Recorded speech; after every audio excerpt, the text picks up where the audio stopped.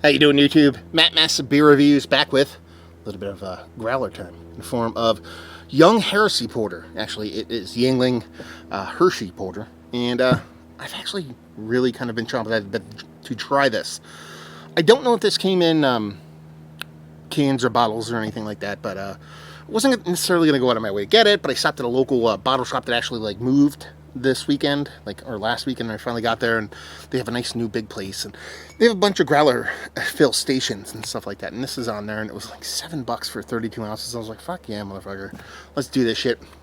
There's no love lost between me and Yuengling. Their beer doesn't suck, but their policies, I should say, and politics kind of suck, so not something I usually drink, but I was curious because Yuengling is so kind of ingrained in where I grew up, northeastern Pennsylvania, and then Hershey is much the same. A lot of people kind of poop on Hershey chocolate, but I actually dig it. So I get out that way quite a bit. My dad and brother live out in Mechanicsburg, which is right outside Hershey.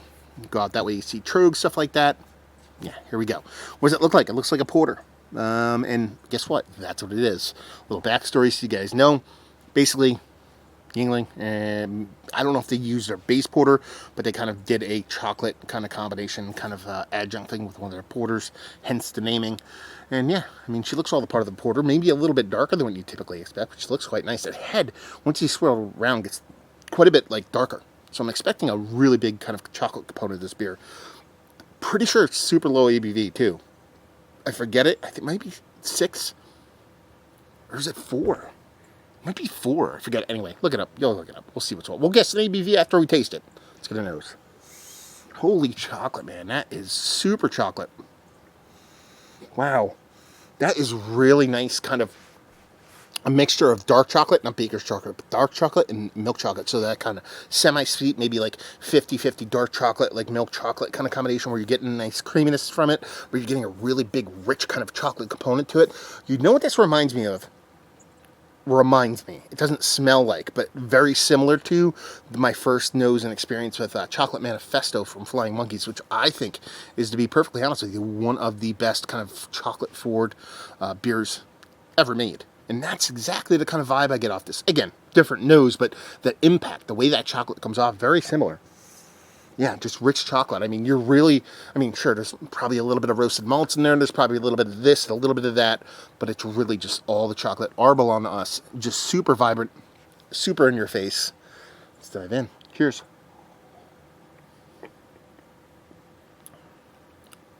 That's delicious. I could drink this all day. Yeah, I mean, it is. I would hope if I drank this blind and I was like, what is this? I would go, this is a chocolate porter. Because it is like textbook exactly what you'd want from a porter. That creamy mouthfeel, a little soft bittering, nice chocolate malt component. None of that metallic astringency I tend to get from porters, especially lower ABV ones, with a huge addition of chocolate. You're just getting that creamy, somewhere like a cooled down hot chocolate kind of chocolate. It's not syrup. It's not nearly as sweet as that. It's not like it's almost like I said, it's like not chocolate milk either. There's something has to be in between those two. So to me, it's kind of like if you make yourself a nice, really nice kind of hot chocolate and you let it cool down a little bit. So it's kind of a little bit like a chocolate milk, but not really, because it has a little bit of more kind of richness and robustness to it. That's kind of where this one lies. Mouthfeel, like I said, is spot on. It's exactly what a porter should be.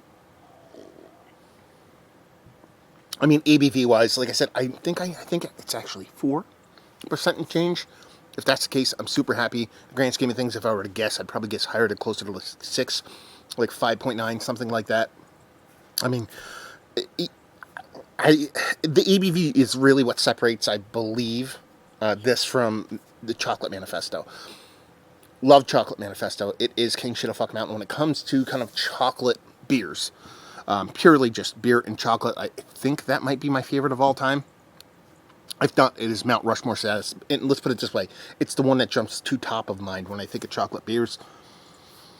I believe that's like right around 10% alcohol by volume.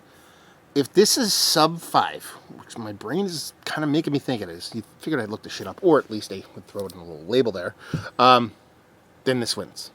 If it's 6, it's probably in a tie. It's that good of a chocolate porter. It just works for me. Like I said, I try to keep all the bullshit outside of beer outside of this channel, except when it's something directly kind of impacting beer. But, everybody has their beliefs. And, for me, Yuengling, while it wasn't a brewery I really patronized all that much, don't really go and buy their stuff all that often nowadays, just because of where my loyalties lie. That's what you do. So, even going to pick this up, I was a little bit hesitant, because I was like, yeah, but you know what? I just really want to try it. And I'm like, if I'm going to try it, I'm going to review it, and I'm going to give it an honest review.